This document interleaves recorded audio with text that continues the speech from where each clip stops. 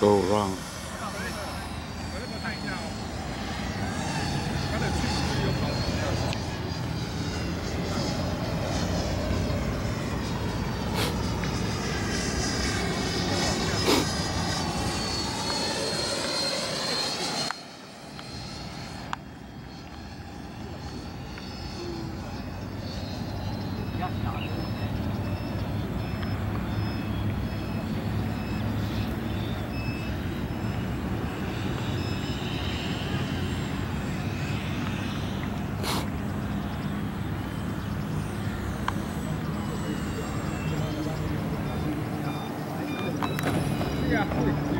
Nice. Alright guys, so this is the new JTM L39 that's going to be coming on the market pretty soon. I believe this was the first worldwide maiden outside of JTM itself. It is a really nice flying plane.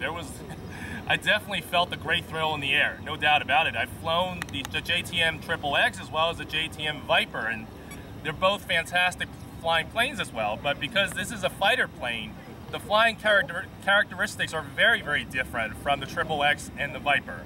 It definitely felt a lot more agile in the air, but at the same time, you feel like as a pilot, you have a lot more control over the flying envelope because you have to be a lot more on with your sticks in order to fly it well.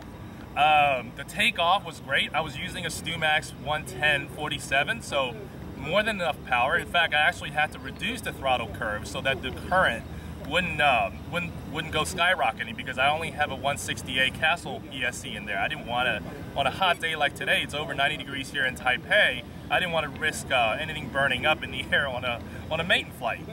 So I flew it kind of conservatively, but still, you could feel the power and the speed pretty easily. In terms of the control surfaces and the CG, it was pretty much exactly what JTM's Andy told me. I just followed his instructions and it worked out really well. I had maybe a couple clicks of left aileron to straighten it out. In terms of elevator, I think it was a little bit nose heavy or it was a little bit diving downwards, but I didn't really care. You know, for the maiden, I just kind of flew with it.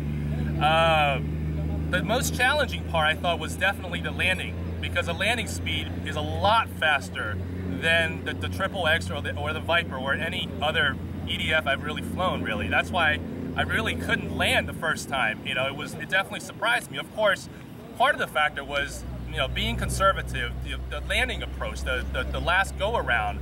I was going around pretty fast because I didn't want to risk stalling the plane because I figure it's a fighter plane with more narrow wings, so I didn't want to use the same, you know, type of speed envelope that I used for the XXX and the Viper when I landed those planes. But I think that's the biggest challenge for sure, kind of how to slow down the speed on the landing part. But once you get that right, it's pretty nice. I mean, it lands. I mean, I did not use a gyro for that flight. I'm probably going to use it on the second flight, but even without a gyro, it landed very, very stable. You just have to control the speed, and as long as you can do that, you know, with the e-brakes or anything else to kind of slow the plane after it lands, it's a very, very nice flying plane, and it definitely is a plane that's going to be challenging the intermediate and the advanced pilots in the 120mm category.